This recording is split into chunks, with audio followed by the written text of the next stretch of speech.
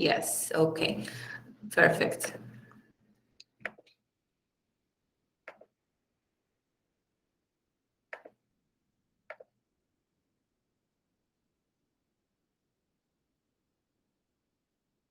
So as per my knowledge, now you are able to log into your model. And it's very important because I started to add everything to here.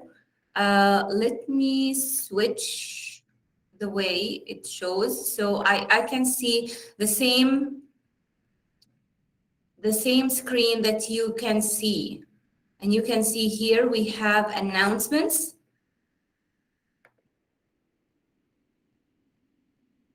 So in the first announcement, you will find important information for the course. And you will find everything, the instructional plan, and the most important, you will find the link to access the meeting. This is the same link we are using every time. Okay, we are not changing the link. I don't need to send you the link every time. Also, the lectures recordings are here in this folder, and the university also started a YouTube channel, and you can use that YouTube channel to watch all the videos for all lectures. So it is very handy and very important. And you will see that the week 1 objectives and I added the file for the book that we are using. We are using 2 books. Okay, do we have? Yes, we have someone to admit. Okay. We are using 2 books. The first book is the BIM book. Of course, I cannot share it with you. We don't have the copyright for that book, but whatever parts I get from that book, I copy and paste it in the presentations, okay? And you will find the PDF for the other book. This is a European book, it's a British one, and the BIM book is American. So you will have both sides when it comes to project management, because I know that you are from different regions in the world, and some places apply the European approach, some places apply the American approach. Here you will find the instructional plan, and you will see that, okay, here. If you click on it, you can download it. And you will find all the details every week, the pages that you need to read, what evaluations we used this week. For example, this week, we have not 2 evaluations, we have 1 evaluation, that's the quiz. I will talk about it, and I will introduce you to the individual assignment. Okay, and you have the pages that you need to read and the topics. Okay, and for every week, I add the PowerPoint presentation, and you will find everything that we talked about. Lecture recording, then what readings and evaluation that we are using. The first week, I added the basics for APA style reference. This is a YouTube video. I added also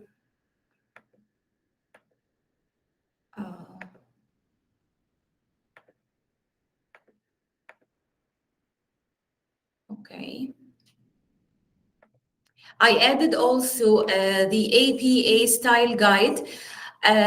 In academic settings, especially in master's degrees and doctoral degrees, we have to follow one of the known citation and referencing style guides. And for this course, we are following the APA style guide. It's very, very important to learn how to cite and reference your resources, because you will be working on assignments, okay? Again, for week 2 presentation, you will find it. You will find the recording, readings and evaluation. And last week, we had the presentation and everything. Okay, something new this week, that there will be a quiz. Okay, so you have, it opens today and it closes tomorrow. You have 30 minutes to answer 10 questions. These are so easy and it's coming directly from the presentations and from the material that we covered. You have to get a pass grade 6 out of 10 and you have only one attempt. So please, please study well, and it is 5% of your grade. Okay. Any question?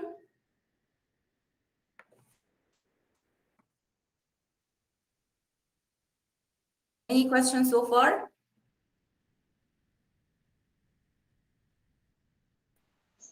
Madam, do I have my voice?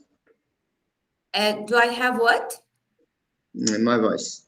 Yes, I can hear you. Yeah. Okay. Sorry, it is my first time it is my first session here. Yes, And I know. Yeah. first of all, I don't know about the structure, and also this university email, how to work with this.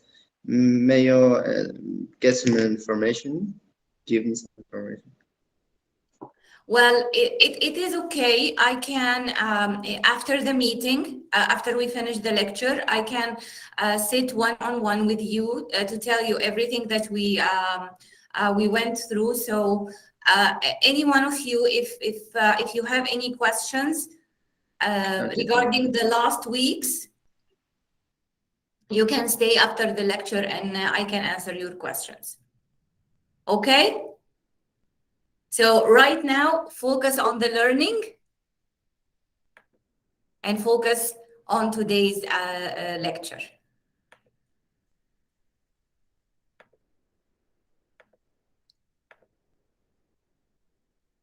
Today, we will discuss projects and organization. Okay, I'm still having some, yes. Yes, Muladi?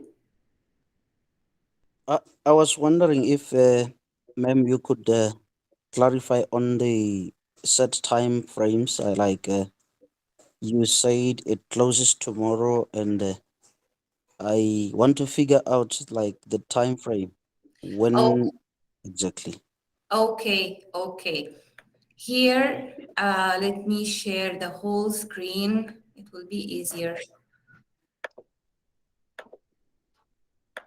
Here you will see that it opens Sunday, 12 p.m. This is Washington time. Okay. Okay. Yes. And it closes Monday, 31st at 11:59 a.m. Again, Washington time. So Okay. roughly you have 24 hours. Okay. You have 24 hours.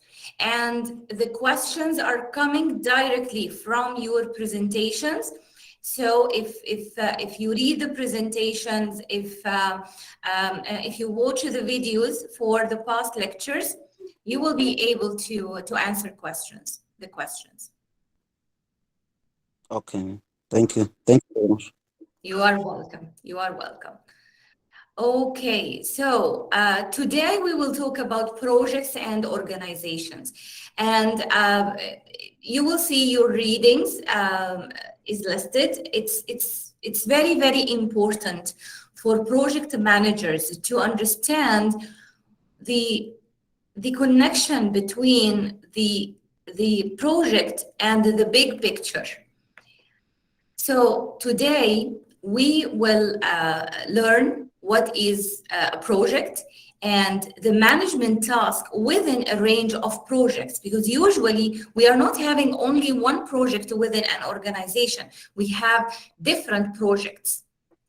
And last time we talked to that, we organize projects in programs, and we organize projects and programs within portfolios. Also, we will learn how to successfully manage projects and the link between the success of project management to individuals like you and me, organizations, and the economy. And we will learn to recognize the development of the modern subject. So how it evolved, what are the challenges and limitations.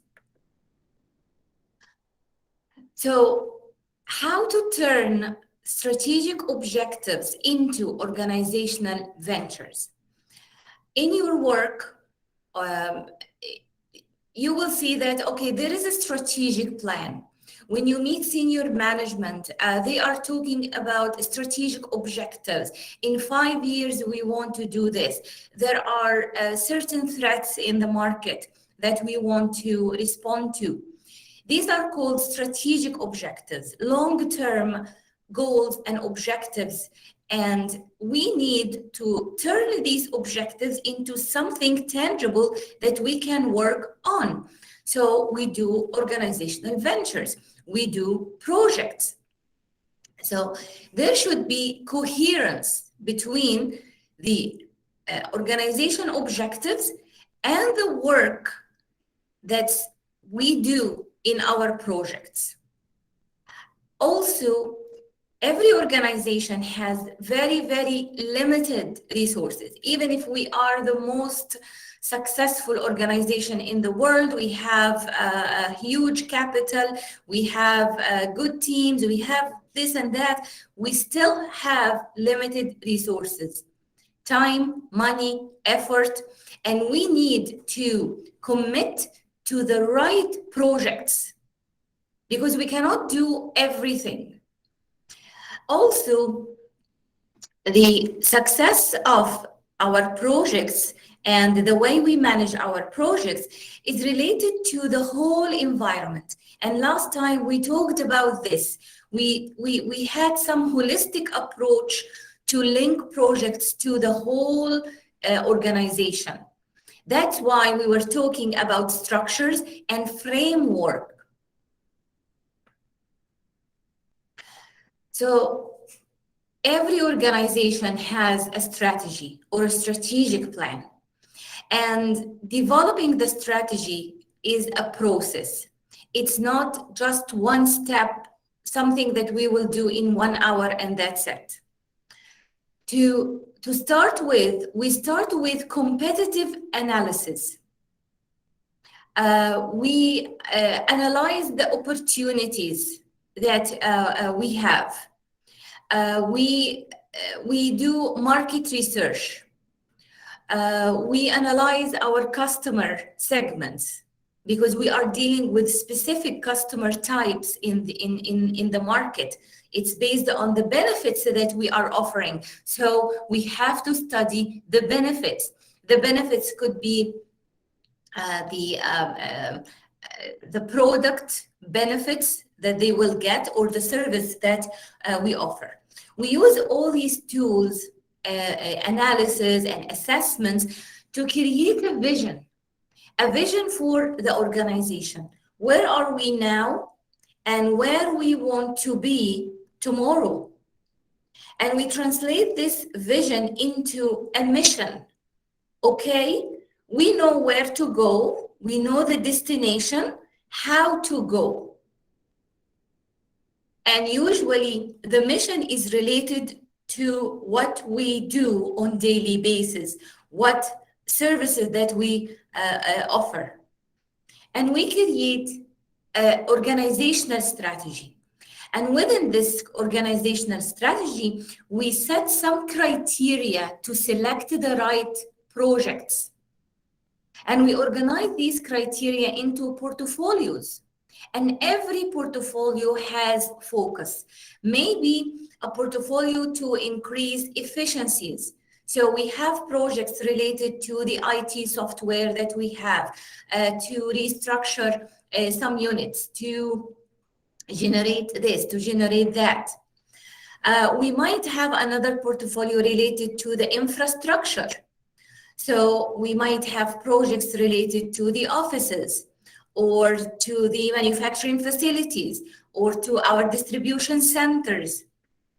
So each of portfolio has to have a focus. And we organize programs and projects into these portfolios.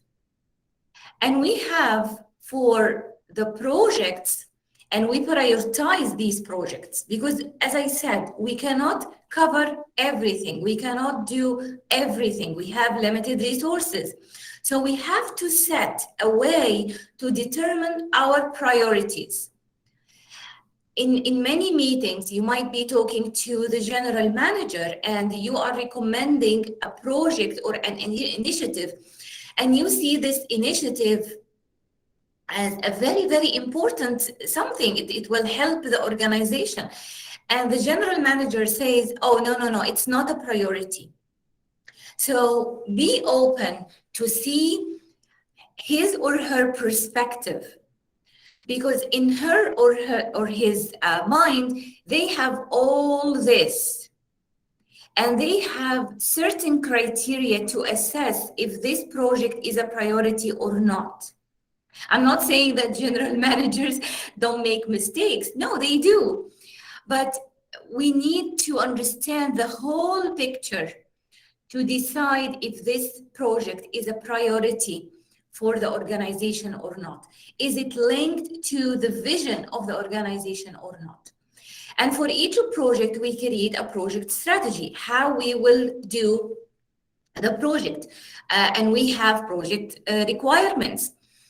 And we have other documents that can help us. So we have the scope, for example, we have the project plan, we have the risk management plan, we have quality management plan, and we use all these plans to design the project tasks and assign team members to these tasks. Sorry. Here you can see the level of who is doing what. So the chief executive officer and the C-suite managers are keen to manage the vision and the mission.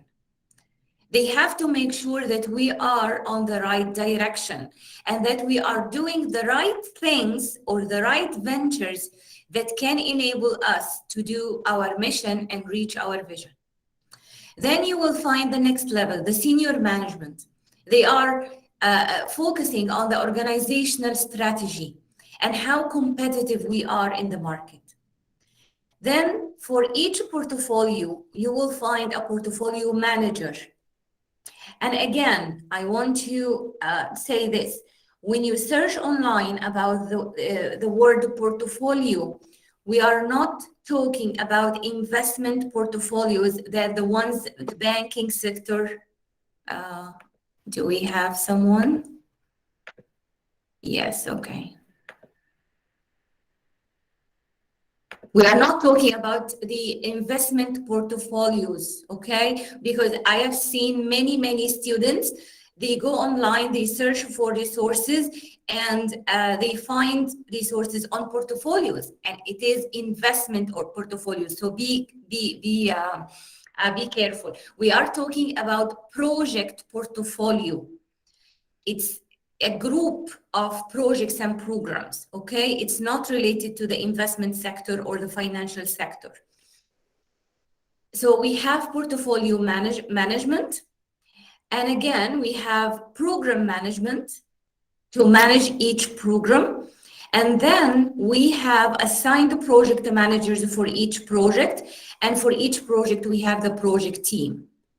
And this is the governance structure of project management in the organization and how the projects are linked to the whole picture. And you can see there are so many inputs that we have in this process. So the result is so many documents.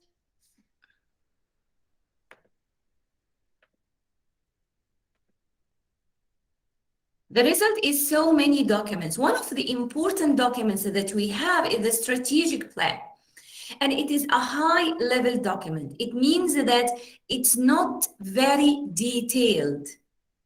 A high-level document means it's not very detailed. So we might need other documents so we can add the details. So we might have department plans, we might have project plans, we have a total quality management plan, and so on. In this document, you will find the vision and the mission and the approach that this organization will adapt to achieve the mission and vision. We need also to include specific goals. The more we are specific in defining our goals, the easier it will be to set the measurements, the mechanisms, the processes to achieve these goals. And usually the strategic plan covers a specific period of time. Back in the day, we were talking about the 20 years strategic plan. Right now, we do our strategic plans for 5 years.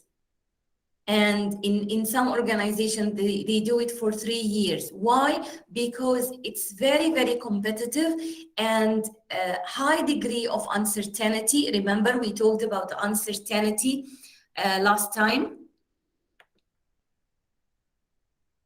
Okay. What else? We do competitive analysis, and this feeds the information available in the strategic plan. We also check the benefits and the value proposition. Value proposition, it's like our promise to our customers. What we are offering to our customers. What is the problem that we are solving? What's the solution that we are providing? And here we have two approaches. We have the traditional approach and the strategic approach. In the traditional approach, there used to be a weak link between each project and the organizational strategy. And there is no enough coordination between projects. And this led to resource conflicts.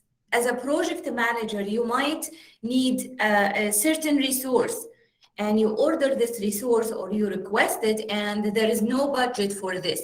Or the team member that you want to add to your team is working on something else, you know? And the mission of the project manager in this approach is to minimize negative potential of projects, as if we are dealing only with risks, not success. We are dealing, to not to fail, not to fail. The strategic approach, it's coherent, it's coordinated, it's focused, it's driven by the strategy, and it's contributing to the whole strategy, and it's part of the strategy deployment effort. And project managers are, offering competitive advantage, enhancing the competitiveness of the organization in their market. And when I say competitiveness, I don't mean only for profit businesses. You will find this in governmental agencies. You will find this in quasi-governmental agencies. You will find this in the non-for-profit sector. Because usually there is something that we are striving to offer at the best way possible. This is competitive advantage.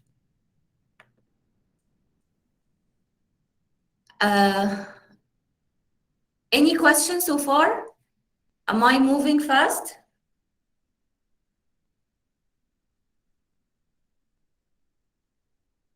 Okay, good. So there is something that we need to understand. Although you will focus on your project, but your project should be linked to a business need. And the business need, when we identify the business need and we build a business case, we can justify why this project is important, how it is linked to the requirements, how and this should be reflected in the project charter. Project charter is one of the most important documents that project managers create for each project. It's a high level document, and it doesn't have very, very specific details. That's why we need other documents and other plans. But all these plans should be linked to a business need. For example, it should be linked to the client needs, or a partnership that we have in the organization, or the public welfare.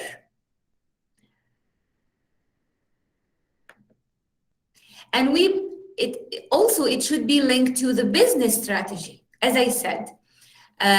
Sometimes we call it the strategic plan, sometimes we call it the business strategy. You will find that every organization adapts the terminology in a different way. So you have to be clever in understanding the scope of this document or this term for this organization. So the business strategy, it's a summary of why this project is important and how it is linked to the strategy and how it will achieve the value that we need. And you will see that each project pushes us a little bit closer to the destination that we want to reach. And also we have to do what we call project justification. You will find yourself in a meeting talking about a specific project, and some people, they don't understand, why do we need to do this project? Why do we need to, no, it's not the right time, for example, or the benefit is not that high. So we need to study all the reasons that justify the existence of this project, how we can link it to a business need. We might need to do some calculations, and we will talk about this, so we can demonstrate there is a return on investment if we do this project. Also the timing, it's very important, why this project needs to be done now or within the time frame that we are proposing. It's very important to understand all these criteria and again, link it to the business strategy or the organization strategy. Also, we do something called impact mapping. It's one of the methods that we use in the strategic planning process, and we create a visual roadmap for the organization to assess the impact of the product development effort or the project effort. Let me search online and find if we have some impact map. Okay, maybe we have. So see, as I said, it's like a mind map. Okay, let's see this. No. Let's use something else.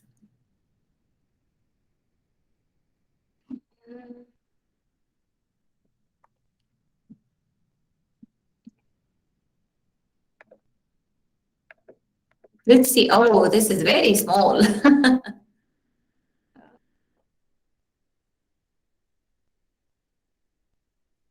Oh, all of them are very small.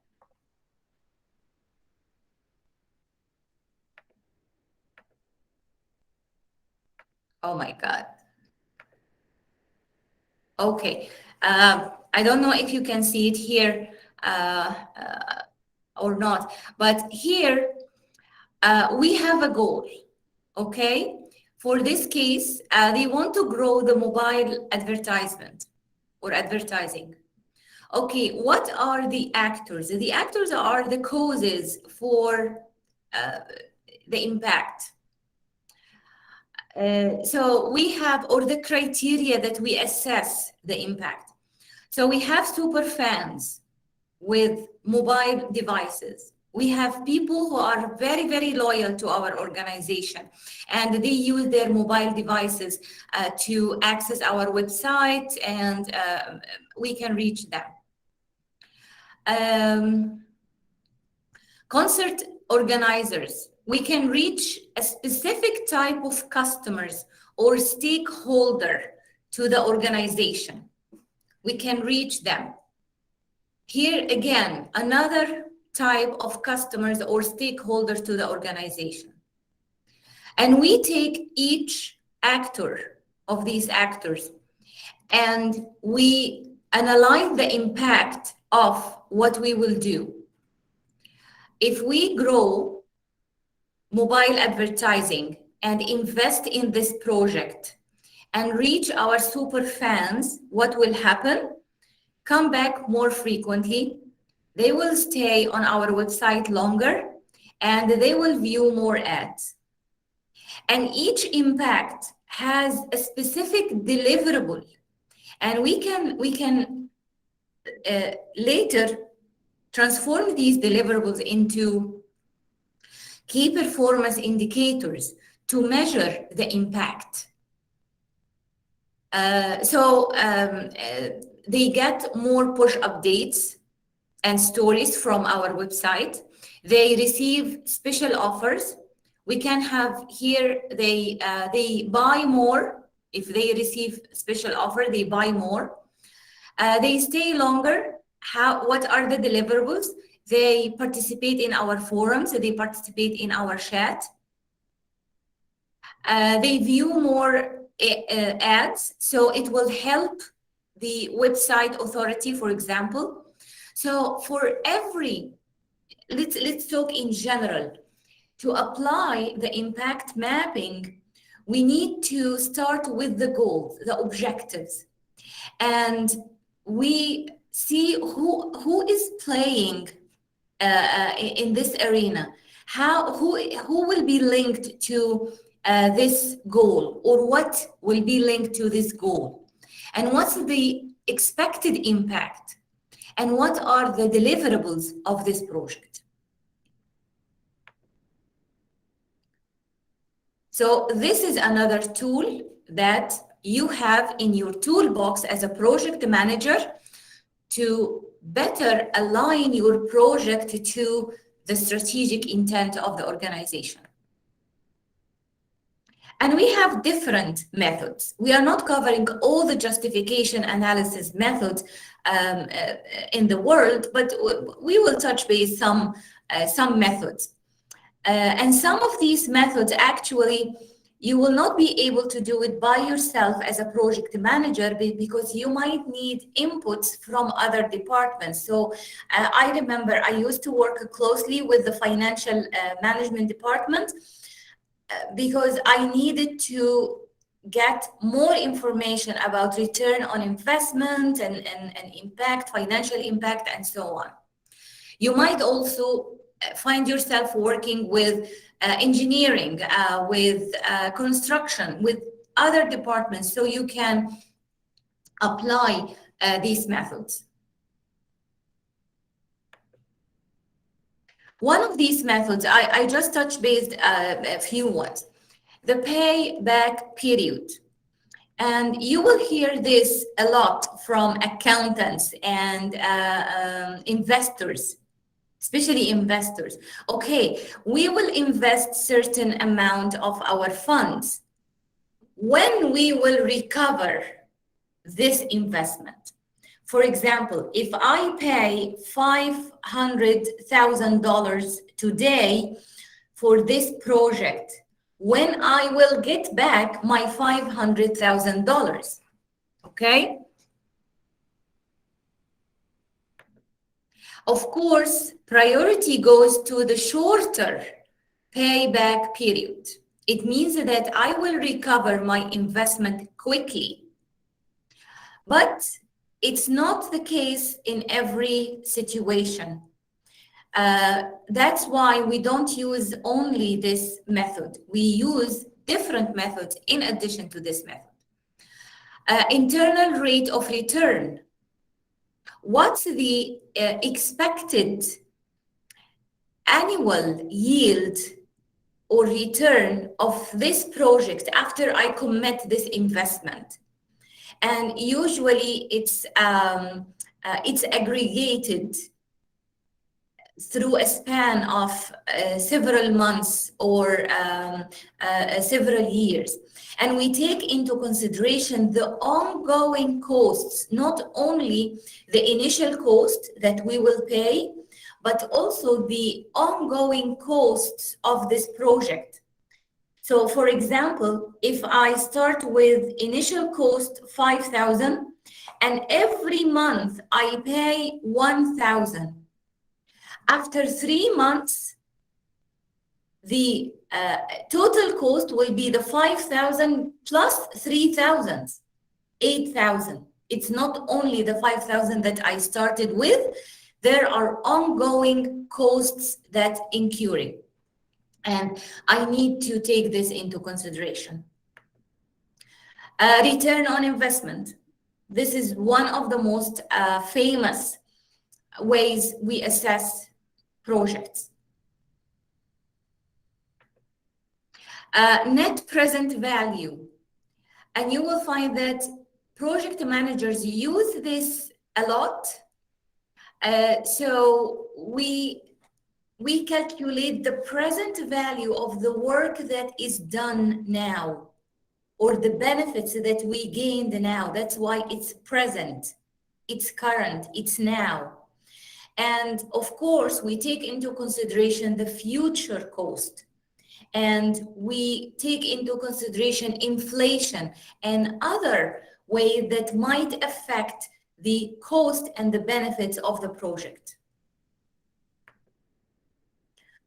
And of course, we do cost-benefit analysis. Again, it's a financial analysis. Back in the day, we did not incorporate all these tools in project management.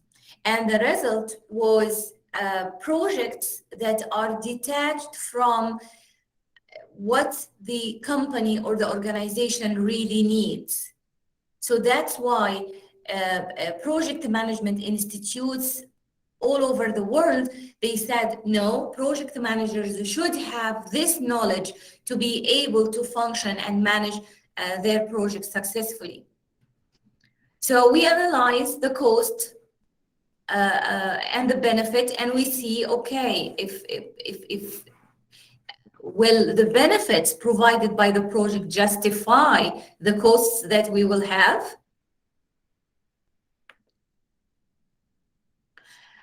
Also, we do decision tree analysis.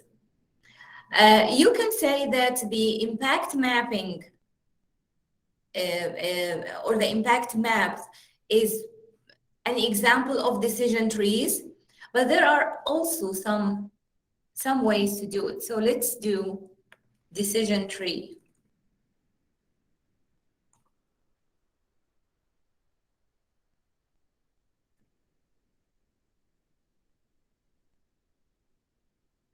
Okay, this is a very, very simple one. Very simple one. And you will find that software and there are certain applications will help you.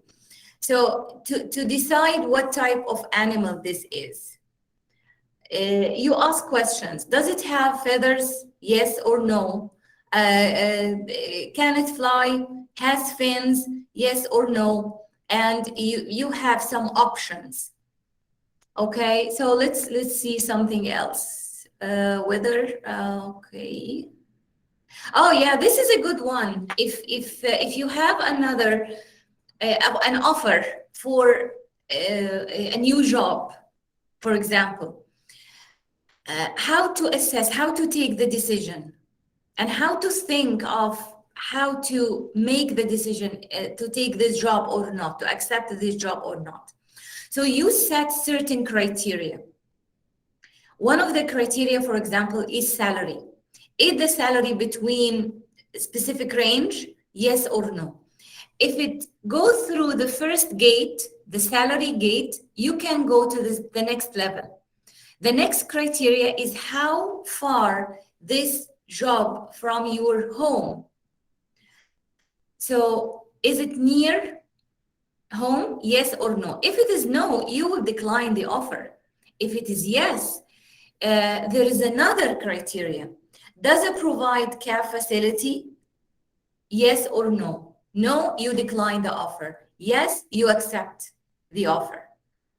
So to do this, you need first to assign specific decision criteria, and you assess the decision against these decision criteria, and then you reach your decision. Let's see this one.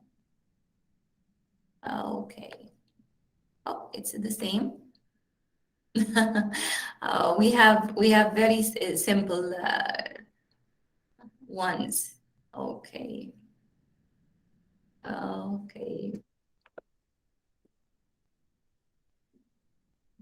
I'm trying to find something elaborate.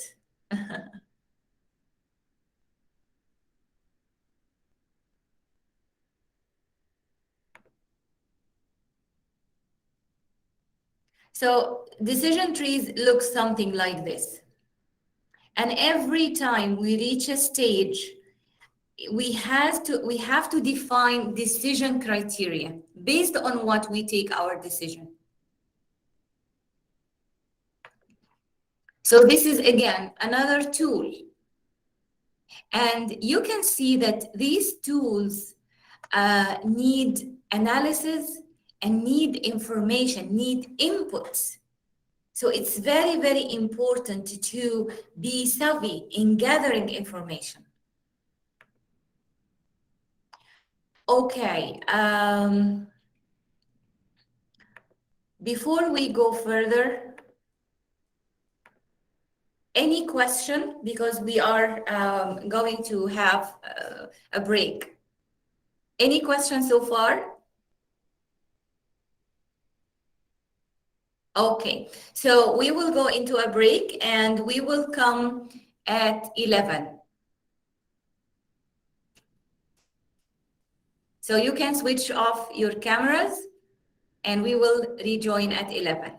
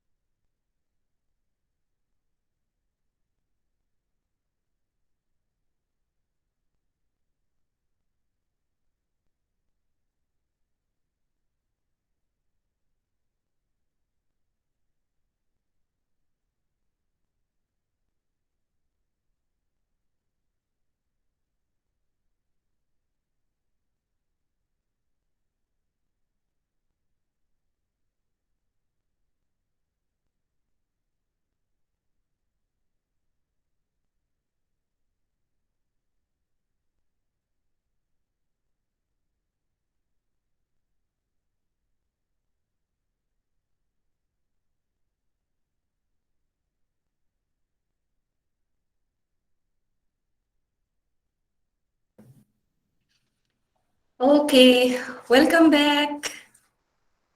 Hello, hello.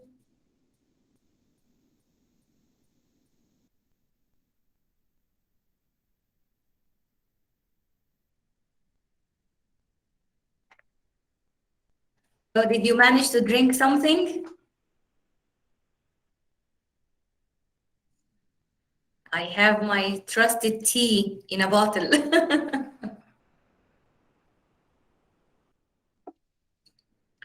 Okay, let's continue because we will continue a little bit and then we have a group discussion.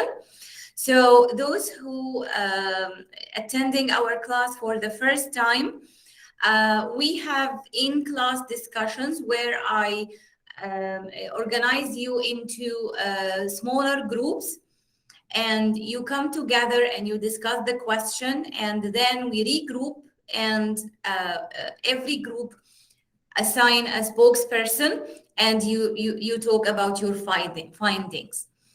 So let's continue. So we talked about strategic planning and strategies and analysis and this and that. How can we apply the strategy? They call it strategy deployment.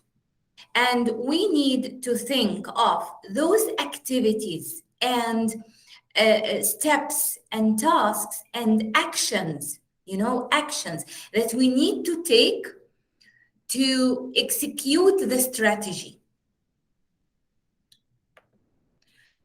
And this is part of the next level. Remember when we talked about, okay, where is it? The hierarchy. This one here, you will find that the strategy deployment is the responsibility of the senior management and portfolio management. It happens here.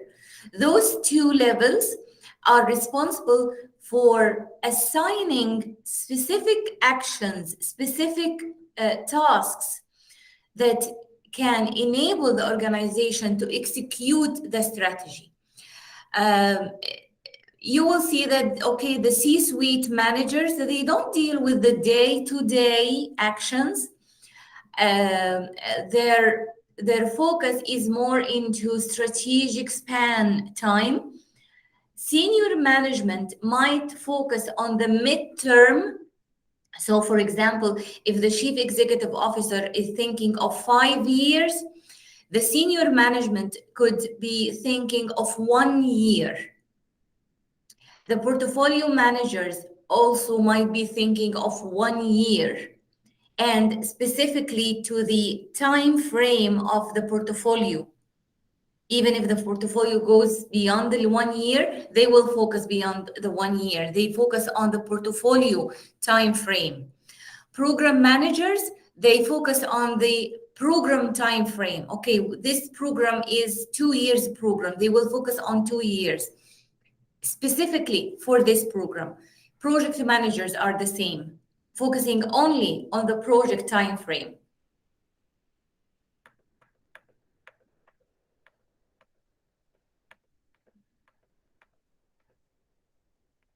So this is something that we need to discuss and need to understand how we will execute the strategy, because we might not be part of writing the strategy. Yes? Hello? Okay.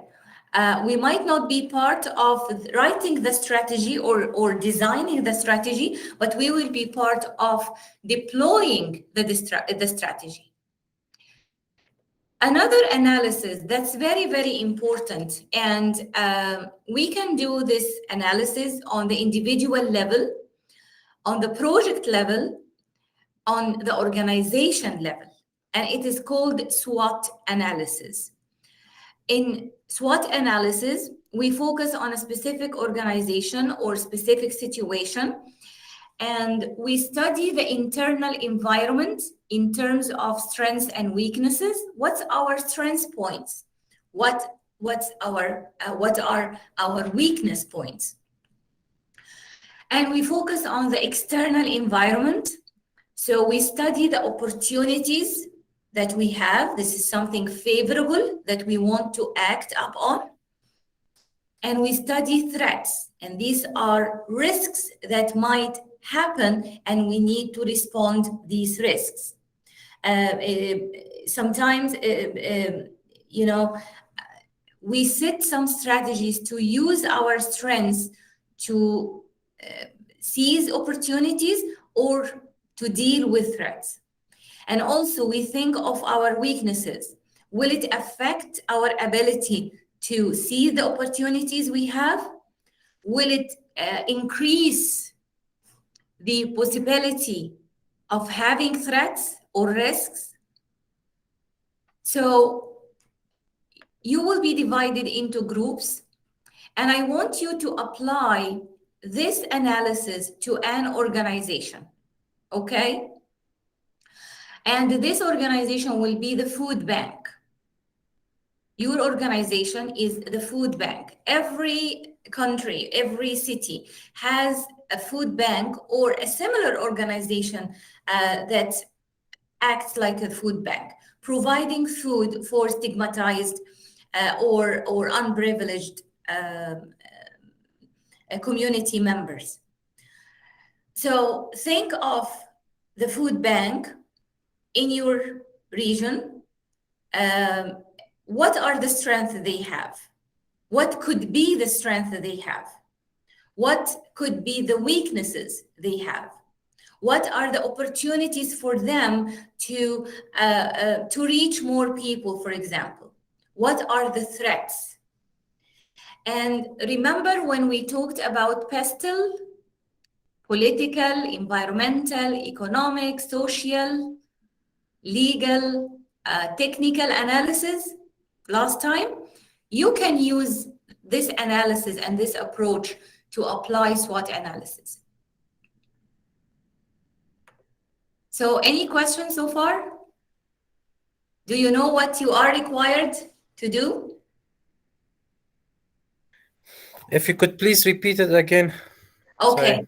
First, you will select an organization. I selected the organization for you. It's the food bank. You can choose this food bank in your city. If you are in different places, choose one. Go online, do some research, and apply SWOT analysis.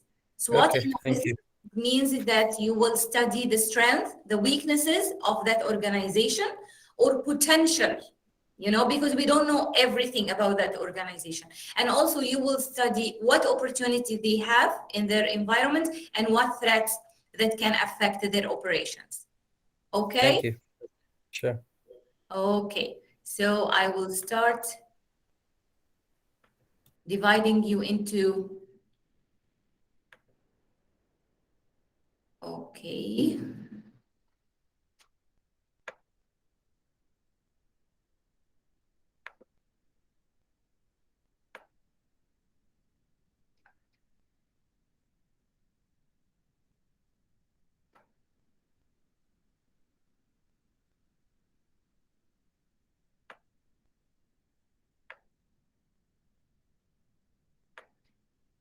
Okay, good.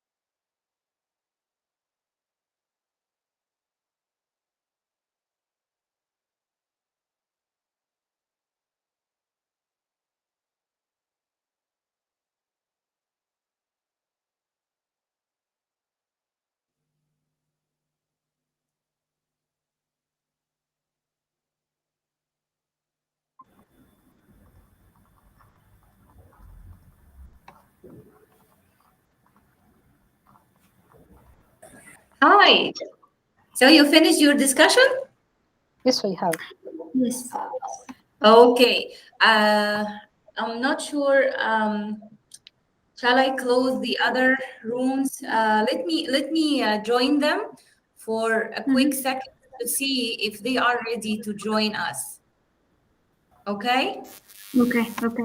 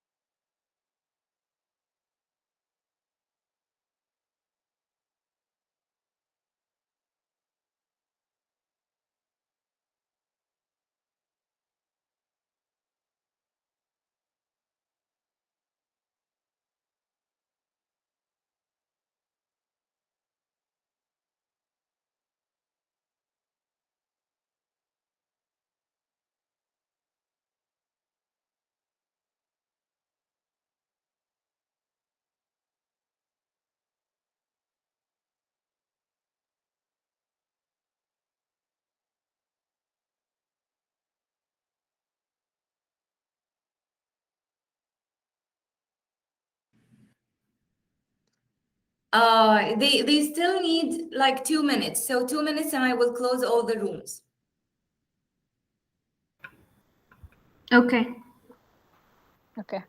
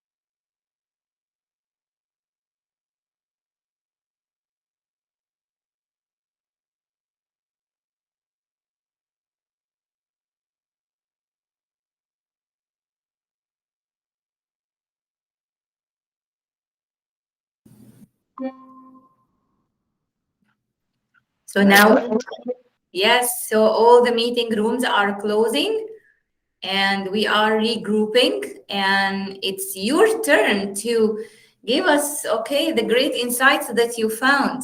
Okay. Group one, who's your spokesperson?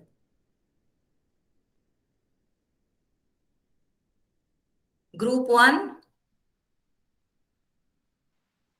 Sorry, ma'am, I didn't saw the number of group. I don't know which group I was. Hello, ma'am. Yeah, who had Said Amir with them in their group? Mulari and Akira. Okay, who's ready to present their SWOT analysis?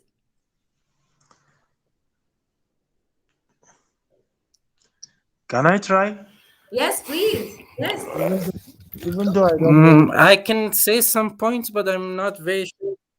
Yeah, Mansour, we can stay together since we are in the same group. Okay, It's Ali, you go on. Ali, you Mansour, go on. Mansour, you can go ahead.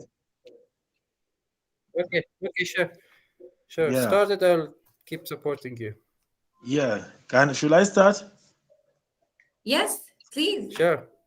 So, ma'am, based on what we know about the food bank, we know it's a non-governmental organization that supports charity or distributes food to the hungers. Hello? Yes, yes.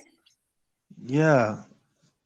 The food bank acts as a storage distribution for smaller frontline agencies that support the needy people uh, who are struggling through hunger. And based on some of the findings we find, there is a food bank in the United States, which we actually know is Vice, but some smaller people spread out large facility storage of for good, food distribution. Yeah. So, so having the larger facility is a strength point. Yes. Okay, so having a facility, a larger facility, and of course they might Yes. have. Then the weakness for the weakness, failure to get support, it's a big blow to them because the needy Okay, ones is it a definitely weakness or threat? Is no it for internal or external? is external. Yes, so it's a threat. Yes.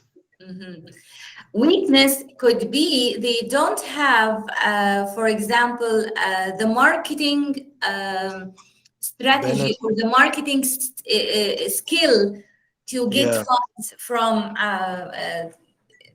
other people. Yeah. Yes.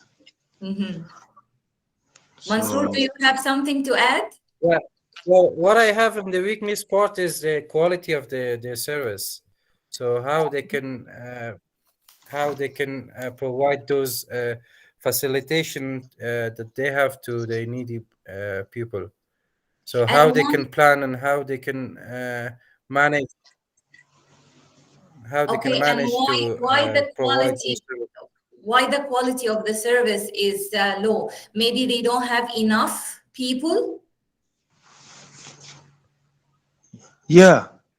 Okay, yeah, that could be a point. Yeah, so it could be a weakness and they don't have enough volunteers, for example. Because if they have enough volunteers, definitely they will have what will satisfy them. How we can turn the threats that you identified and the weaknesses to projects? Can we suggest some projects? Projects?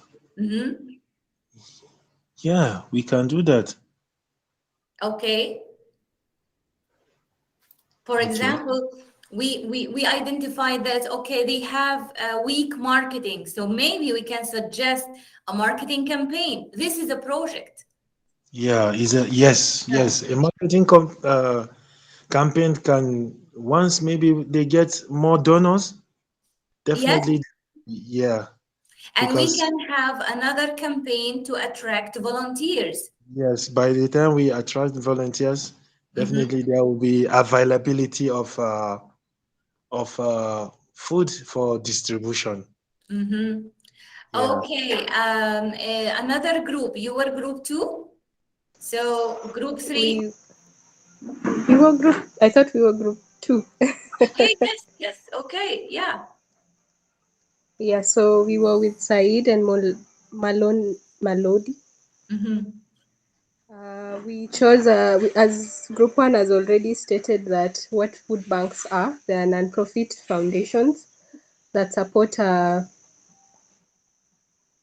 communities where there is hunger.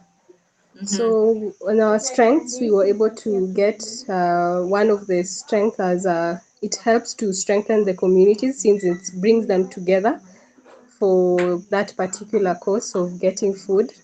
And when they come together, they're able to form other groups that can support them on how to even start planting and also reduce on the food, on the hunger, which also is a strength for that particular organization.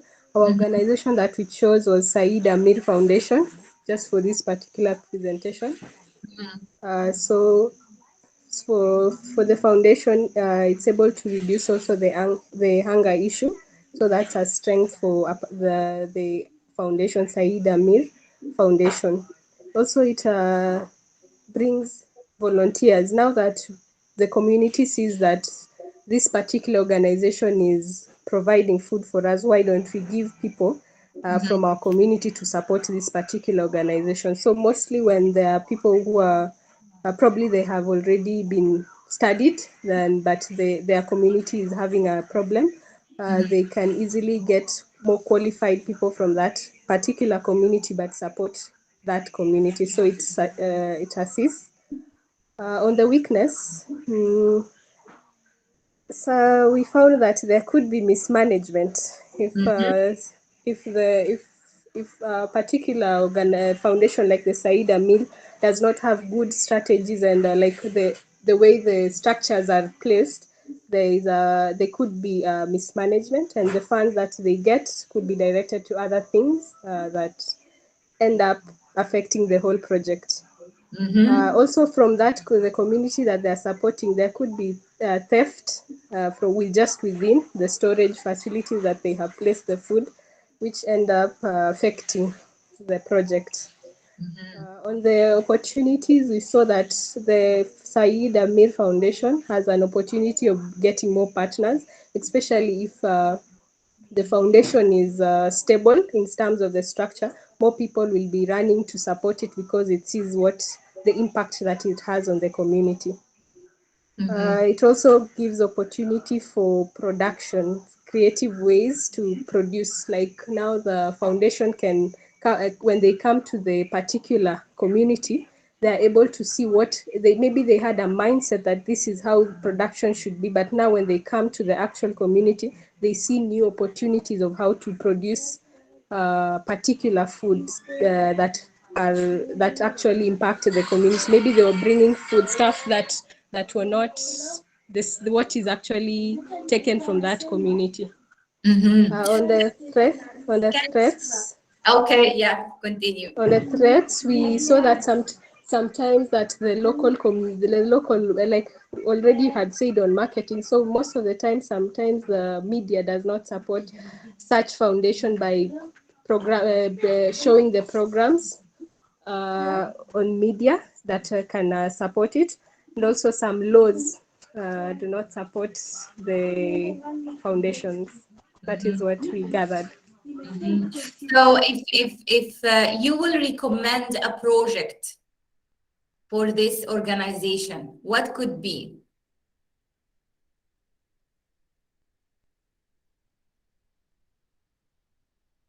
I think my colleagues can support answering that also. So they did good analysis. So do you have some ideas based on the analysis that they did for a project to recommend for them?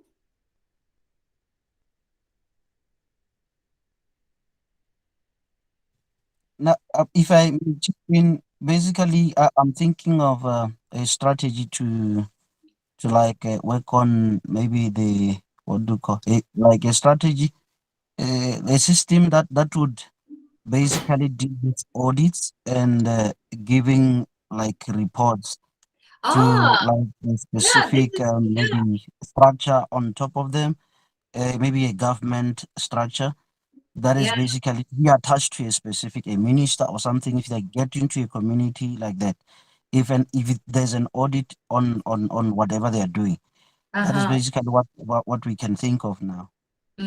So it's like a quality management audit, so they can address these points. I thought of something like a community garden.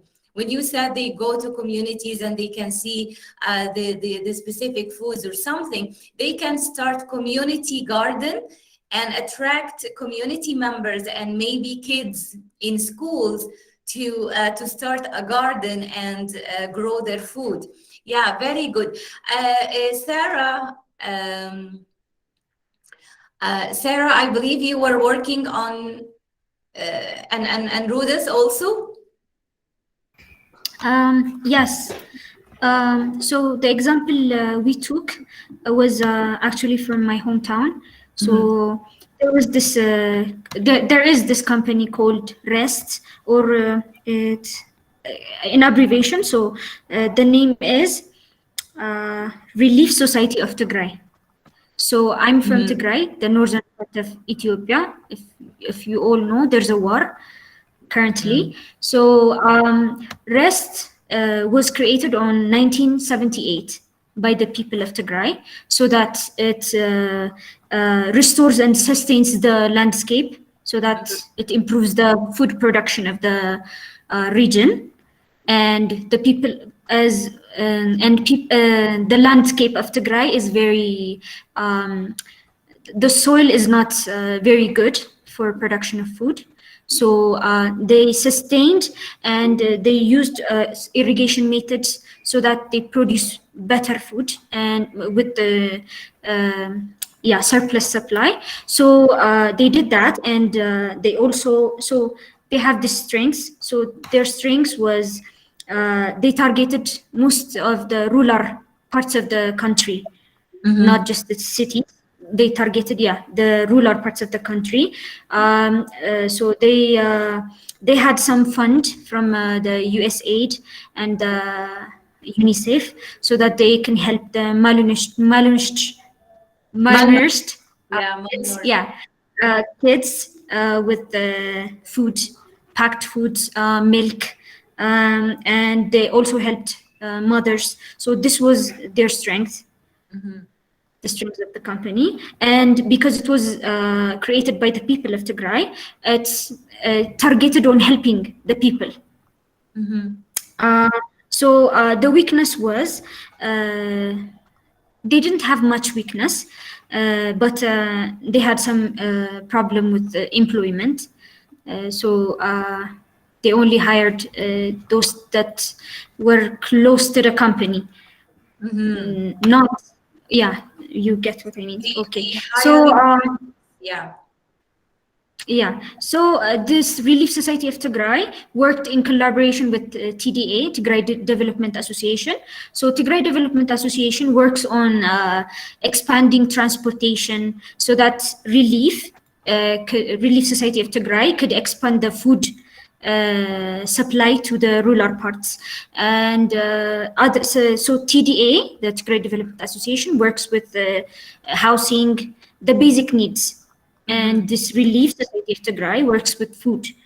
So the opportunities were they targeted many parts of the rural area, the ones that people in rural areas had little food. So malnourished kids were there, so they targeted those areas, and they created job opportunities in different parts of the region. The threats were when locust comes, when locust attacks the field. So food shortage occurred. I think this happened a year ago, and after that the war occurred, so there's no supply of food, and because of the war plot areas for farming areas were burnt. So that caused a problem. So people are starving right now. So I think that could be a threat. That's the threat right now. Okay, if you will recommend one project for them, what will be it? Well, there's this contradiction about getting the aid to Tigray because there's siege. I don't know if you know, guys, but there's siege, so there's no medicine in the region. There's no food. So even the US aid cannot target the area. The siege is happening because of the government. So I think this could be resolved by peace resolution. I don't think there's any other option to this problem. Yeah, it's a very difficult situation, and let's pray that God the Merciful ends war everywhere. Yeah. Okay, thank you so much. These were very, very good inputs. So let's continue and see exactly what else do we have. So we did SWOT analysis, and we can see that how this analysis can help us recommend certain projects to help the organization pursue its mission and vision. And here's how everything works, you know. So we recommend the projects either to generate revenue. So it could be direct revenue earning. For example, like the project that I recommended to have a community garden. You know, in this case, the revenue is not monetary value, it's the elements, you know, the food elements, and of course it has monetary value. So we do projects to earn revenue or to cause an organizational change. Like when your classmates suggested an audit. So we do this audit so we can do some sort of organizational change. And these, of course, these two types of projects should be linked to the organizational objectives or the strategy deployment. And this is how project management can fit in the bigger picture of organization.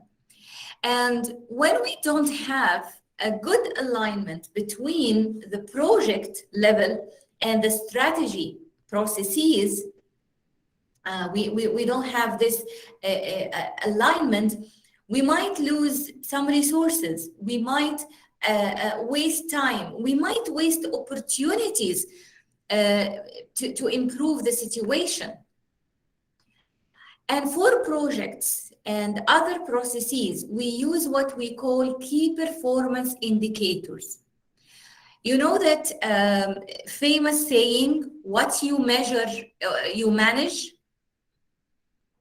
We need to set some measurements, but we cannot measure everything.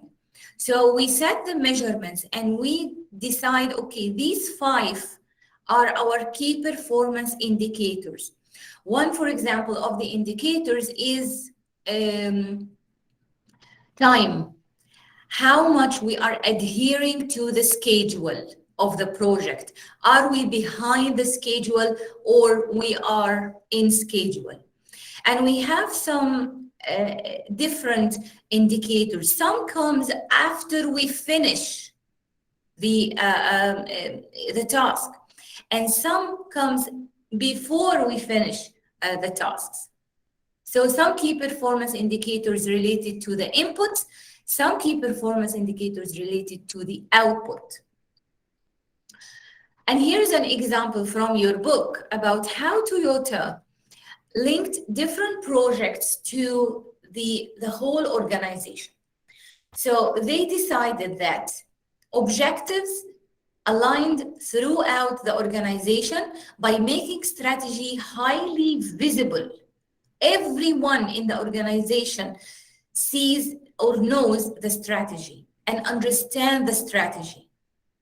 And when there are conflicts between the functional level, the functional objectives and the project objectives, it's resolved at a high level, meaning that, okay, we will go back to our strategic objectives and see if this can help us resolve the conflict between these two objectives. Also, they make sure that all members of the organization are responsible for the process. They are part of the process. They are process owners, we call it.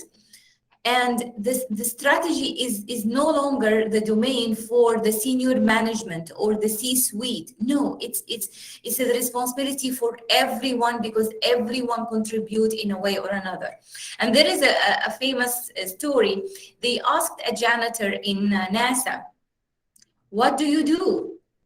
And he said, "I'm sending man to the moon." He didn't say that I'm sweeping the floors. He didn't say that I'm cleaning. No, he saw the bigger picture, that he is part of this bigger mission of sending a man to the moon. I'm not sure if this is a real story or not, but it's funny and it's very demonstrative. Also, they have tools to monitor the progress towards objectives. So they have milestones along the way to make sure that we are monitoring the progress and we are reaching the goals. And this means that we might need to divide the strategic objective into smaller goals, so we can accomplish these smaller goals step by step and reach the strategic objective. Even for customer needs, they link customer needs and they retain their focus on the customer. What do our customer needs? And they link it to the objectives of the company. And this is what we call coherence. Remember when I was defining early the principles of this chapter, and there was this term coherence. So at least all projects are part of an overall plan, and the contribution of these different projects is recognizable. That's why when we did this SWOT analysis, I asked you, okay, based on your analysis, can you recommend some projects? Why? Because we will build this coherence that we need.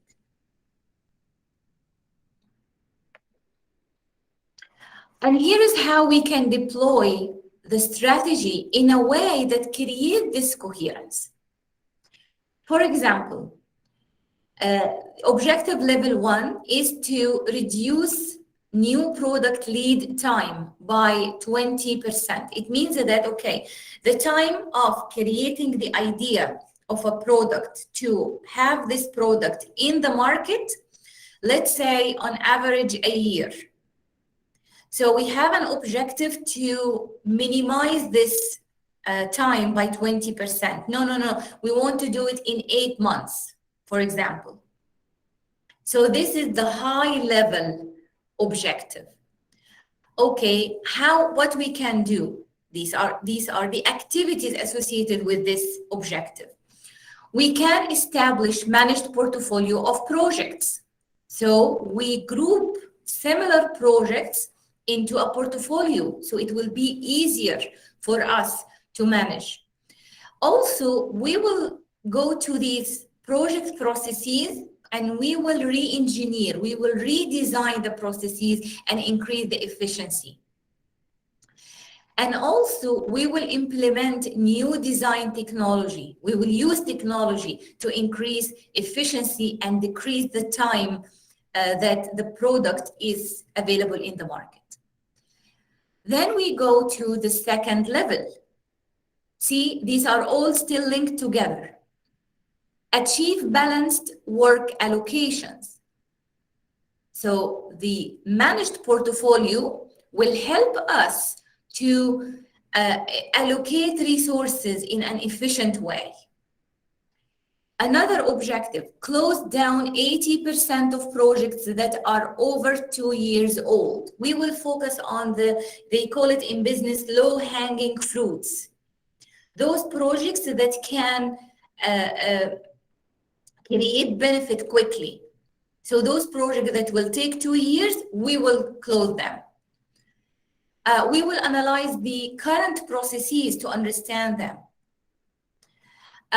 We will increase the level of concurrency in processes. So we want to increase the similarities so we can systemize these processes. Reduce prototyping time by 80%. We will create prototypes quicker.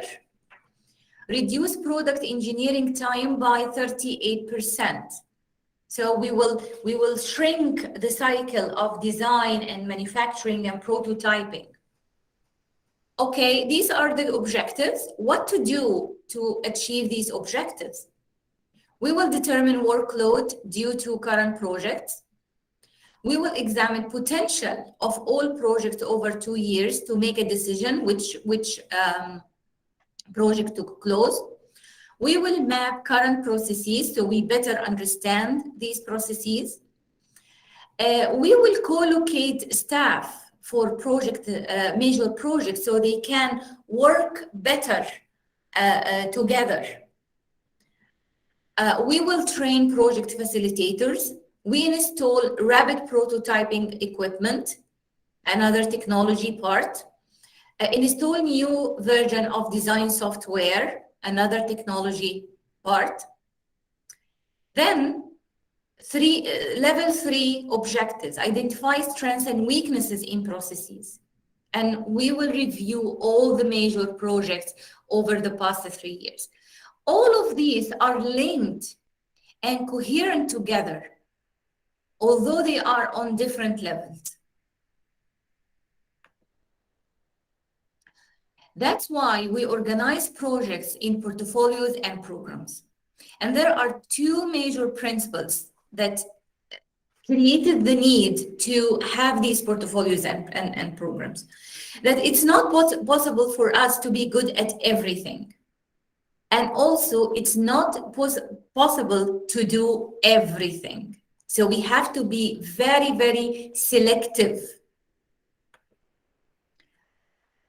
According to the PMI, those who are attending for the first time, whenever you see this arrow, this is a direct code from the Project Management Institute. This is the North American Association for Project Management.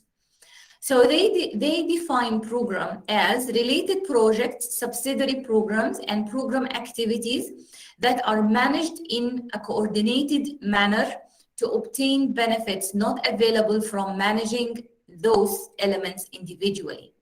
So we group projects or program activities together, so it will be easier for us to manage these projects together. Then we organize programs and other projects so that we couldn't put in programs into portfolios.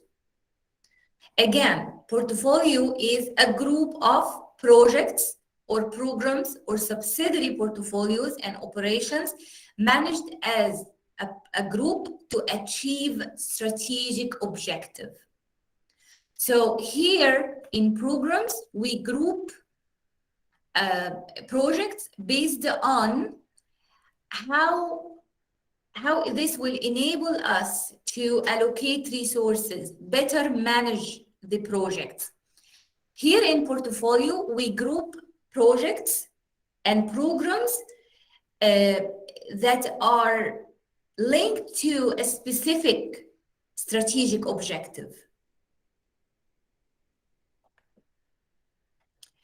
And we create what is called aggregate resource plan. As we said, we cannot do everything and we have limited resources.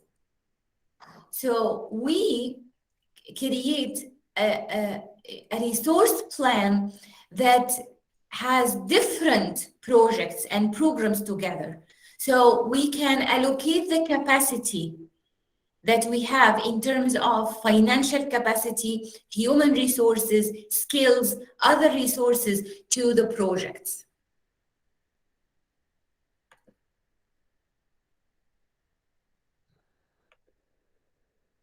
And we use some tools. So we use enterprise project management or enterprise program management software.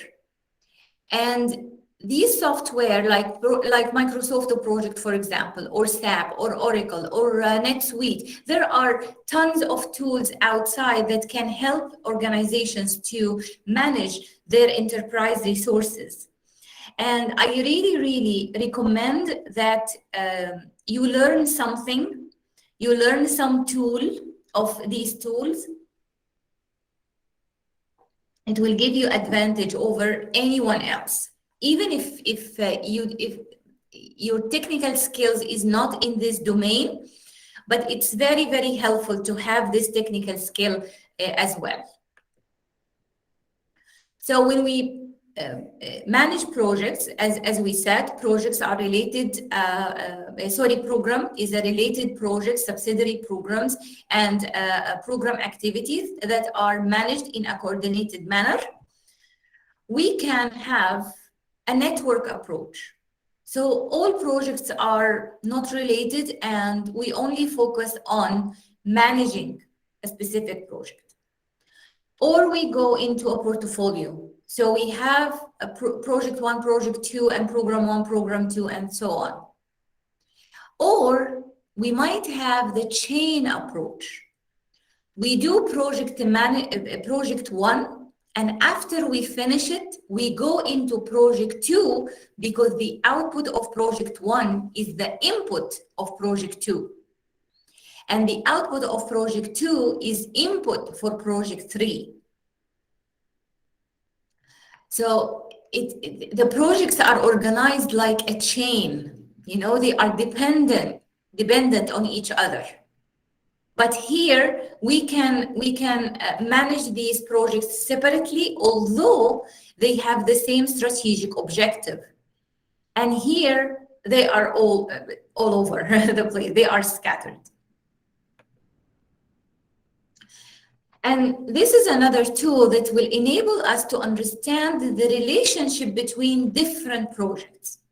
So we have project 1, project 2, project 3, and we have objective 1, objective 2, objective 3. So project 1 has a strong positive relationship with objective 1. It has a positive relationship with objective 2. And no relationship to objective 3. Project 2, negative relationship to objective 1. Actually, it would not help us to accomplish objective 1, but it has good relationship with objective 2. Project 3, it has good positive relationship with objective 1, good with objective 2, strong with objective 3. From this matrix, which project should get the highest priority?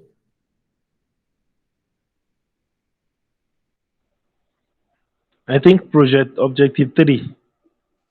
Project 3. Objective Yeah. 2? But no, I'm asking No, which project 2. Project 2. So if I tell you, okay, we will do one project of these, which one will you choose? 3. So some people say 3, some says 2. If it's the one we have to choose, I think 3 is better off. 3. Okay, who agrees on 3? You can raise your hands. Yes. Okay. No, we have 1 vote or 2 votes because Aliyu. Who else votes for 3? I choose the 3 project. Okay, 3 votes. 4, 5. Okay. I think we have majority right now. Yeah. So yes, and why is that? Because project 3 has a positive relationship with all our objectives, whether it's strong or just a good relationship. Okay. Project 2 actually will hinder objective 1.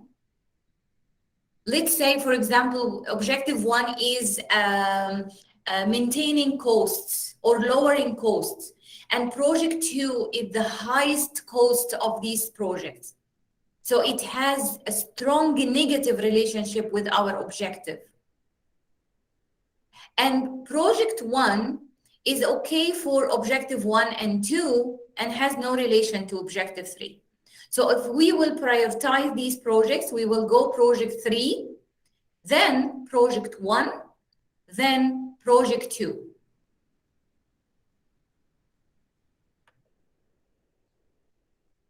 Okay. And now we need to have some sort of governance to control and monitor the projects in the organization. So we have program management, and under it we have project board. We create a project board. We might have a senior stakeholder, executive, someone executive in the executive team responsible, maybe the owner. We might also have a senior supplier that supplies very, very important material to the project. And also we might have technical advisory group that can help the project board with the technical aspects. And we have project assurance unit to make sure the quality of the deliverables, that we are on time, that we are within the cost or within the budget. And then we have the project manager, and under the project manager, he manages the team, and we might have a project management office. So this is a simple chart on how to manage a project. It's like the human resources chart or the hierarchy for a project. So we have the team members managed by a project manager. We have a supporting role of project assurance unit to make sure everything is according to the plan. The project manager reports to a project board. In the project board, we might have high-level senior executives to overlook the project, and they get some technical advice from the technical advisory group. And this board is part of the program management. This is part of the governance system. So according to the PMI, we should have some governance systems in place that provide a framework. The framework includes functions, processes that can guide activities. This framework could have elements that can control, assess, maybe create integration between different components, take decisions, important decisions. And that's why we create the project management office. Of course, not all organizations have dedicated project management office, but for big organizations, usually they have a dedicated office only for project management. And why is that? Because they manage different projects, and they provide the skills, the knowledge, and also they have a team of staff who are knowledgeable in project management. They provide support. They help with the documentation of the project. They help with the checks and control. They monitor the different processes. And when applying the project process, there is inputs to the project office, like information about the project. Also, knowledge gained from this particular project. Staff who worked in this project will gain more experience. But also there is overhead cost associated with the project office. So there are pros and cons.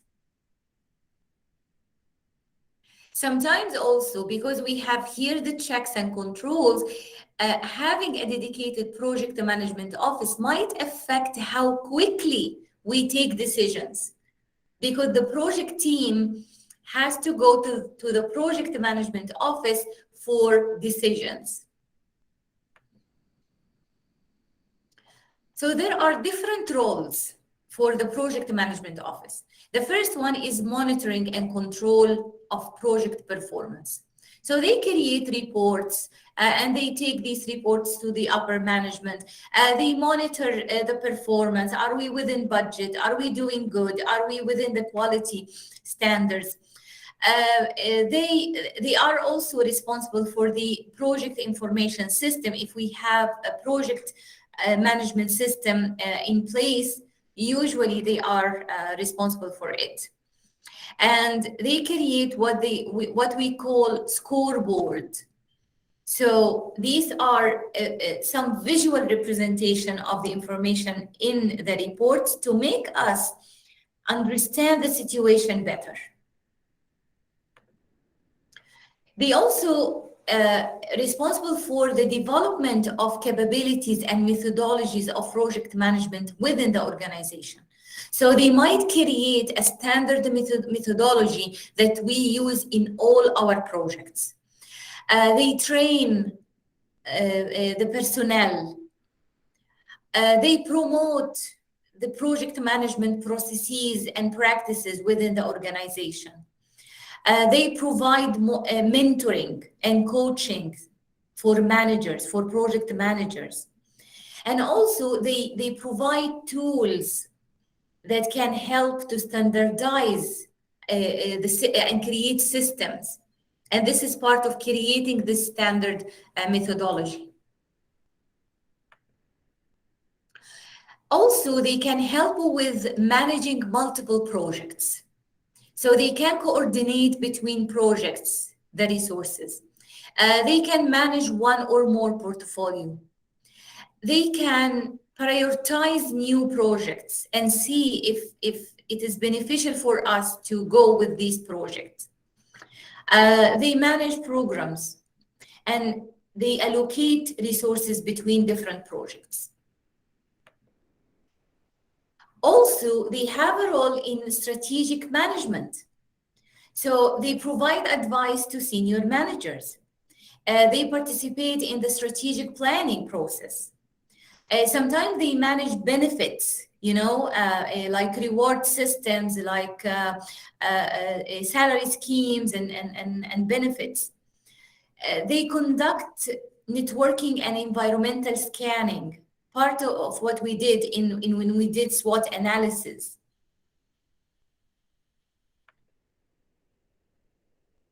They also help in organizational learning. So they monitor the performance of the office itself and the pros and cons, the advantages, the lesson learned. They manage the documentation so we don't lose any information.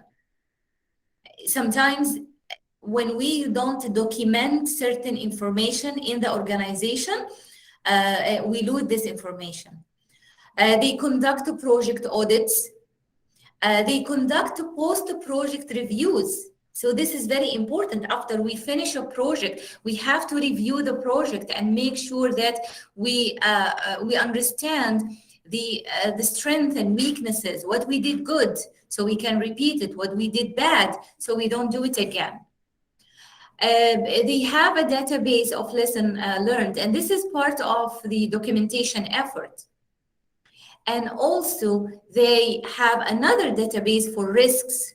So we don't recreate the wheel every time, and we see, okay, what the risks that we had and how we dealt with these risks.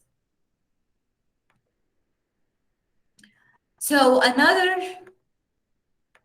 before we go, any question so far? I know that we covered so many topics, but any questions so far? So do you have a project management office in your organization? No? Who else? Yes, we do. Yeah, okay. Melody has one, okay. Muhammad, you have one in your organization, right? Mm-hmm. Who else? Who has a project management office? Okay. I So, don't have. Carlo, you don't have? No. Oh, yeah. Although you are in construction, construction is one of the fields that they usually have a project management office. Yeah. Okay. So again, we will go into our discussion rooms and we will discuss this question,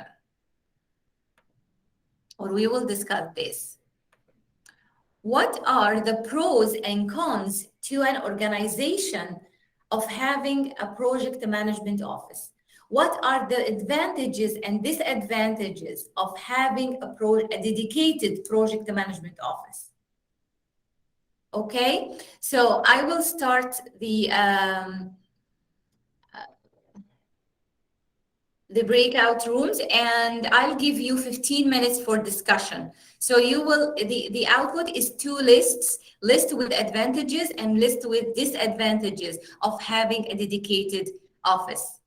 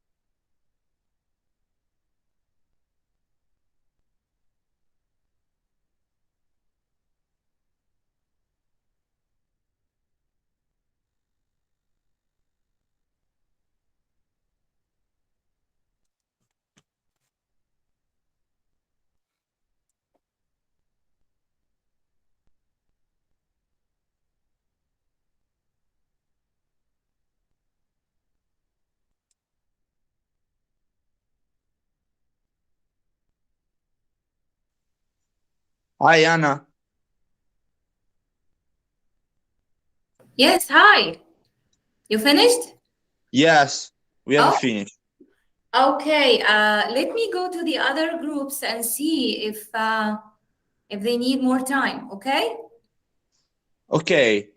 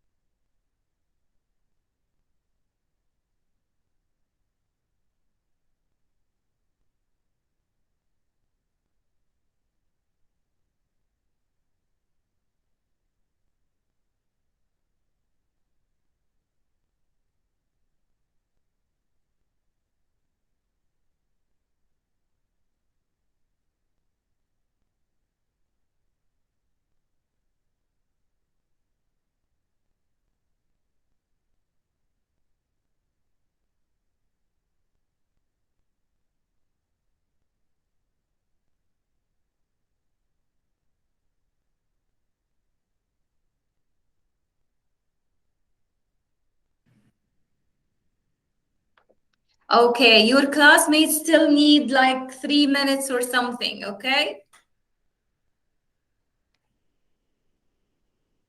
Okay, Professor. Thank you very much. You are welcome.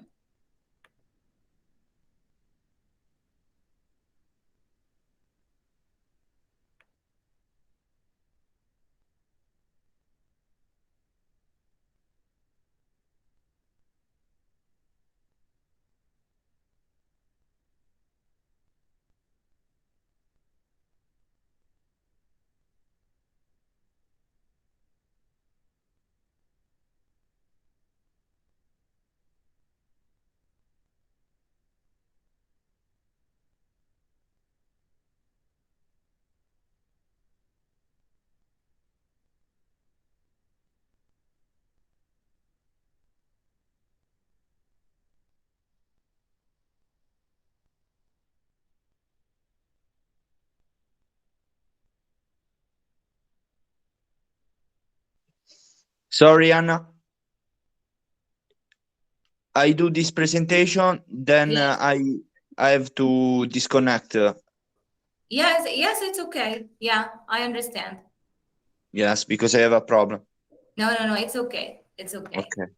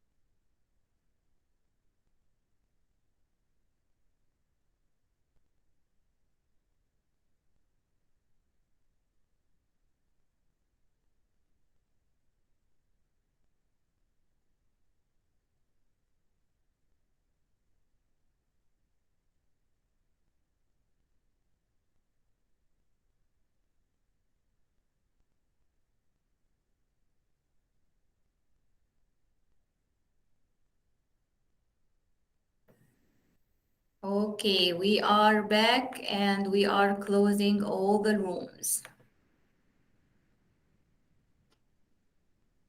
So 30 seconds and everyone will be here.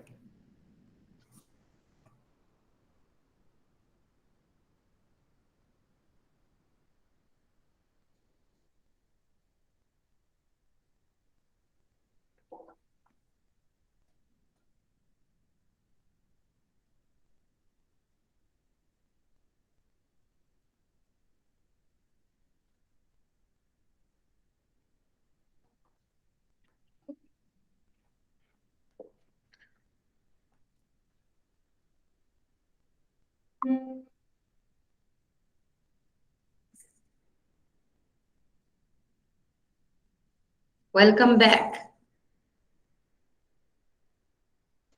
Thank you. Okay, how was the discussion? Did you find many advantages and disadvantages to have project management office? Who wants to start? I can start. Yes, please. Yes. Okay. Allora, now, the guys elected me as a leader of the marketing department. The marketing office in the construction sector deals with 1.1 choose of materials, good Okay, cost. the marketing office or the project management office? The marketing office. Okay. Yes, but in the construction are similar. Okay. Okay. Yeah. These 4 point.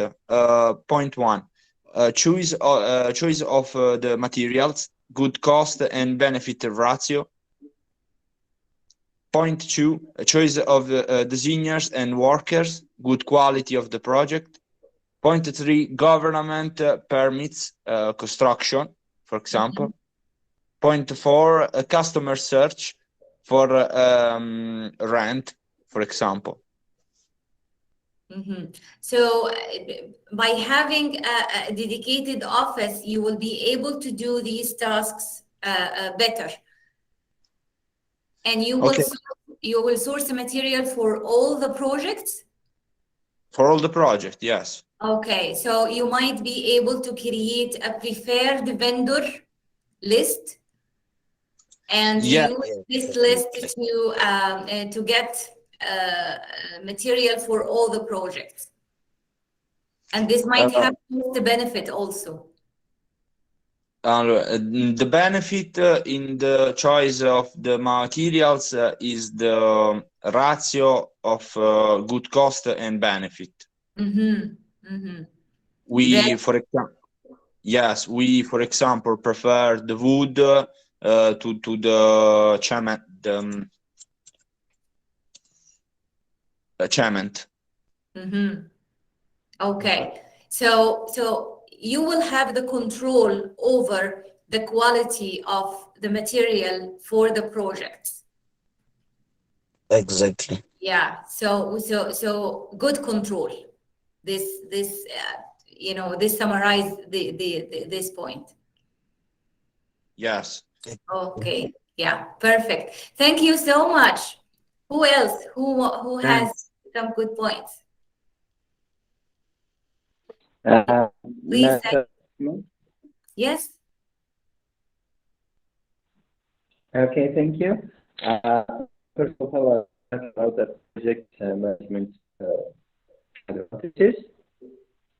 Let's just personally having innovation in project management and projects. They must have innovation, and I guess that they should not work in one mode. They should, for example, use in similar ways to get a good project to end their project. I find it difficult to hear you. I think the voice is cracking. The sound cracking. My connection is slow. Now it is good. My voice. I think Do you your have my voice? connection is not stable. That's why the voice is not clear. Now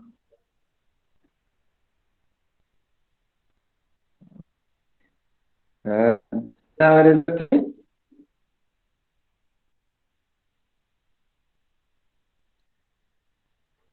Hello? Yeah. So maybe another team member, their connection is much more stable, can share the points. Because Sayed Amir, the voice is cracking. At least at my end, I cannot hear it. Some words skip. Who was with Sayed? Okay, this is Sarah. Yes. So we're in the team together, so I think I can go ahead. My team Yes, members can add to what I might give. So I'll start with the cons. The cons, those are slow. The team might take so much time in the discussion, so the project might take more time than expected. So that was one of the cons. Also, there's a financial cost of operation because they have to maintain the staff. Yeah. So on the other hand, there was the pros. Decision making will be fast. They'll agree on what they need to change and proceed with the project. For any decision they might need to do.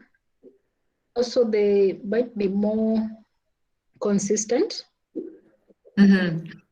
working together, and better decision making in the process of the project. Yeah. Well, personally, I disagree with this decision making because the decisions are not done by the team who is working on the project themselves. So right now you are taking the decision process a layer up. But I agree with you that it will standardize and it will control the project better. So unless they give the team some autonomy to reach the decision and maybe have some authority to make certain decisions, sometimes we say, okay, if the budget exceeds a certain number, they have to go to the project management office, but within a specific parameters, they can take their decisions. Yeah. Okay. It's how we set this. And by time we will learn where the inefficiencies happen and we can tackle these. Yeah. And very good to say that the overhead cost, usually it's the overhead cost is one of the disadvantages. Okay, who else wants to add some points?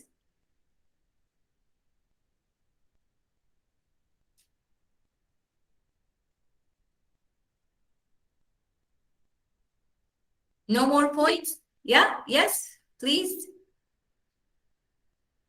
I think I had in mind the reporting process. The project management office, I think it facilitates reporting that is more precise, and because I assume they have the expertise in project management rather than all the engineering work or the construction work, but they aid or they guide the project management team on the field on what exactly to do in order to manage the project precisely. I think the reporting process goes smoothly with that office. Yes, I agree with you. Yes. Okay, let's move on because I want to talk about your assignment. So I want to finish this part and then we talk about the assignment. Of course, we will not do this. I had 3 companies in mind, and I want you to recommend some projects to support the strategy, but we don't have time for this. Any questions so far?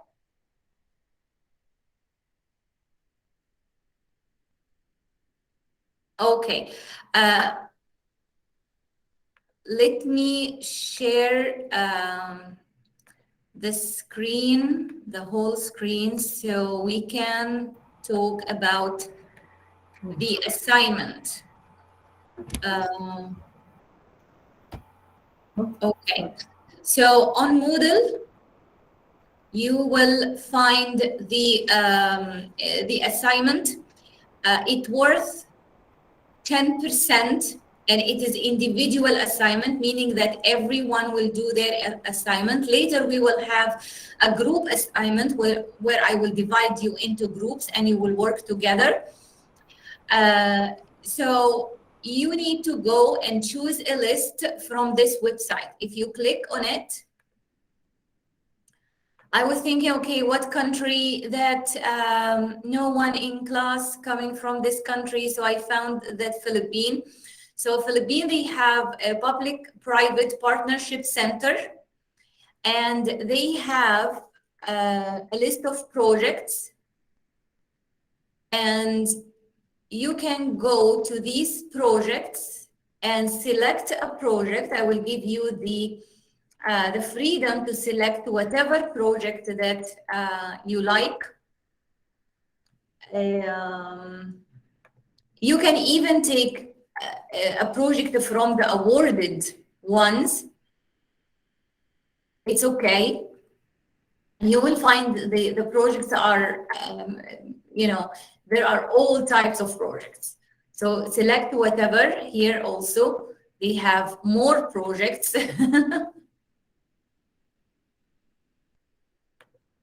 Again, more projects, some IT, some construction. See? And you read the project and you create a project proposal. Okay? You have till March 6th to work on this assignment. The maximum word limit is 2,000 words, so you need to be very careful in selecting your words. Every word counts. You need to follow the APA style when you are writing your assignment. You have to add the student number if you have a student number. If you don't have a student number, add your name. Okay? And page number, of course, to the footer of every page, excluding the title page, so I can follow exactly. You will send me your assignments via email, of course, the university email. Later, I will learn how to set Dropbox on the system. And maybe we can have Dropbox instead of sending me emails, but for now we will use emails. And you will follow this template. So you'll have a title page that have the project title and name and student number, a table of content, executive summary. And one advice, don't start with the executive summary. Executive summary, do it at last. So after you finish everything. Then section 4, overview, the purpose and objectives of the proposal, the problem to be solved. And of course, you can get this from the description of the project.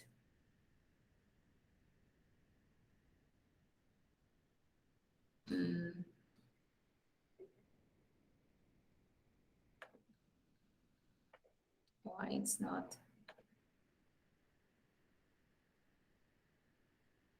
So you will have here the description of the project, and you will get more details.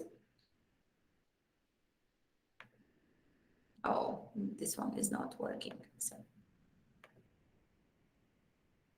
And you can think of, okay, what will be in the scope of this project.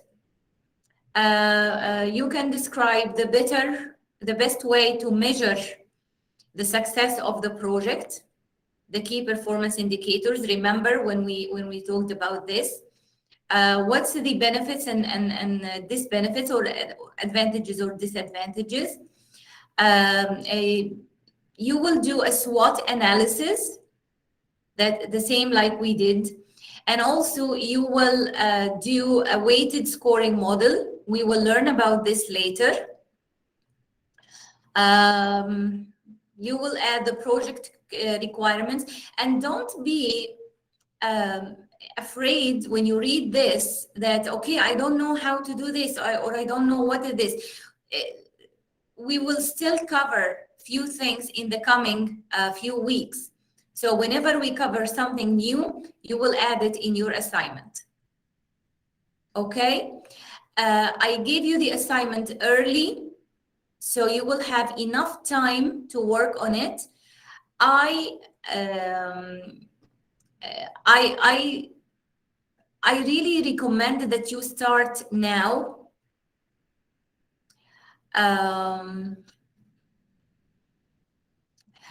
Here there is this method. We will talk about project methodologies later, so don't be afraid. We talked about it in the first lecture, but just a high level. So we will give you more insights in the coming weeks about these topics, okay?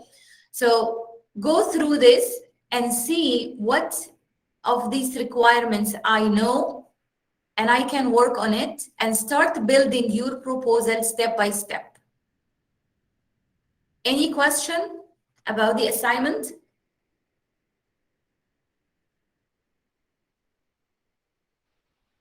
Ma'am, do we have daily, routine assignments, daily assignments? Team? No, daily assignments. For example, this session we finish the session. Do we have any assignment for next session? Oh, assignment for next session. You can know this from the instructional plan, okay? So next week, it's week 4, okay? And we will cover these topics: stakeholders, strategy and success, initial planning, and these are the readings. And we will have in-class discussion. So we will have 2 in-class discussions, each one worth 1%. So to be ready, do your readings, okay? And for this assignment, it's due March 5th. So it will take some time from you to work on it. So what I recommend is copy and paste these, the template to award the document, and start working your way on certain on the points that you know some information about. Okay, in case you have in case you have not enough information from the website, add your assumptions. For example, here, list and describe the possible assumptions for this project. So you might need to create some assumptions for some of these points. Okay? Any question?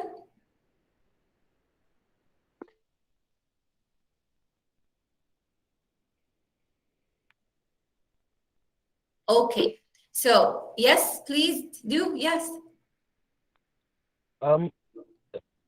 Please, pardon me. I think I missed the part where you spoke about the possible textbook that we might need to use. And again, is there an individual. Is it an individual? No, a specific certification for this PNP? Okay, if you watch the previous lectures, you will know that this is a preparation course. It means that you will study and you will learn the basics of project management. But to get the PMP, you have to apply to the PMI Institute. And I talked about this in the first lecture. Okay? So go to the first lecture and see it. For the book, I told you there is a book and it's here in, okay, again here in, on Moodle.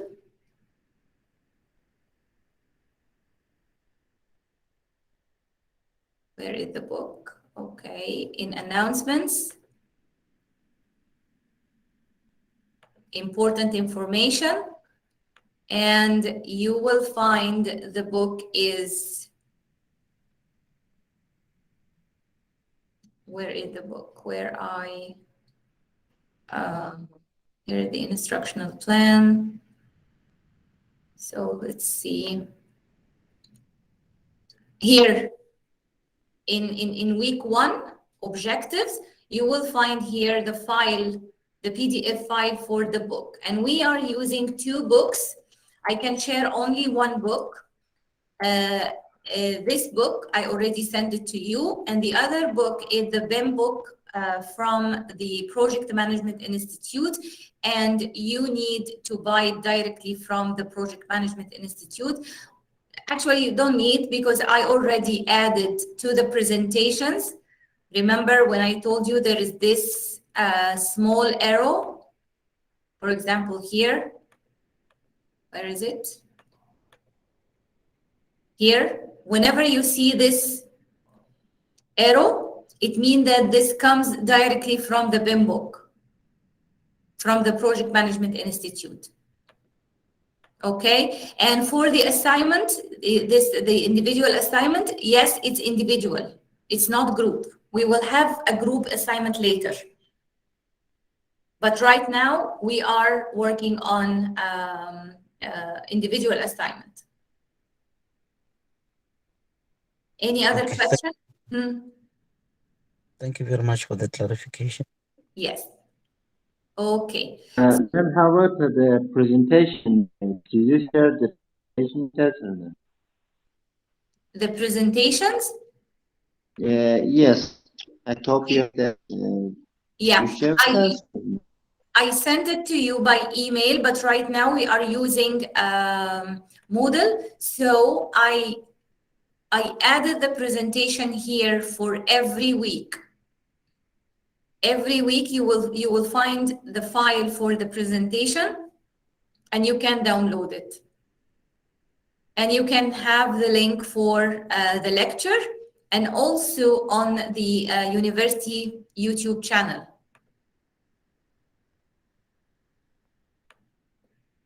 Okay. So everything here week by week for you. So week 1, we have all this. Week 2, the same. Week 3, the same. And don't forget to do your quiz tonight. Okay? Don't forget to do your quiz. It's 5%. Our quiz also in months, yes. Excuse me? I said that our quiz are also in models, added in models. Yeah, it covers week 1 and week 2. Okay, Week thank 1 you. and week 2. And it's only 10 multiple choice. Oh, so we don't consider 3 and 4? No. Okay, thank you. No. because I cannot test you about something that we just took it today. You didn't have enough time to study it. Yes. Yeah, so Thank it you. will cover only week 1 and week 2. And don't worry, we have many other quizzes. So we will test everything. Okay, any other question?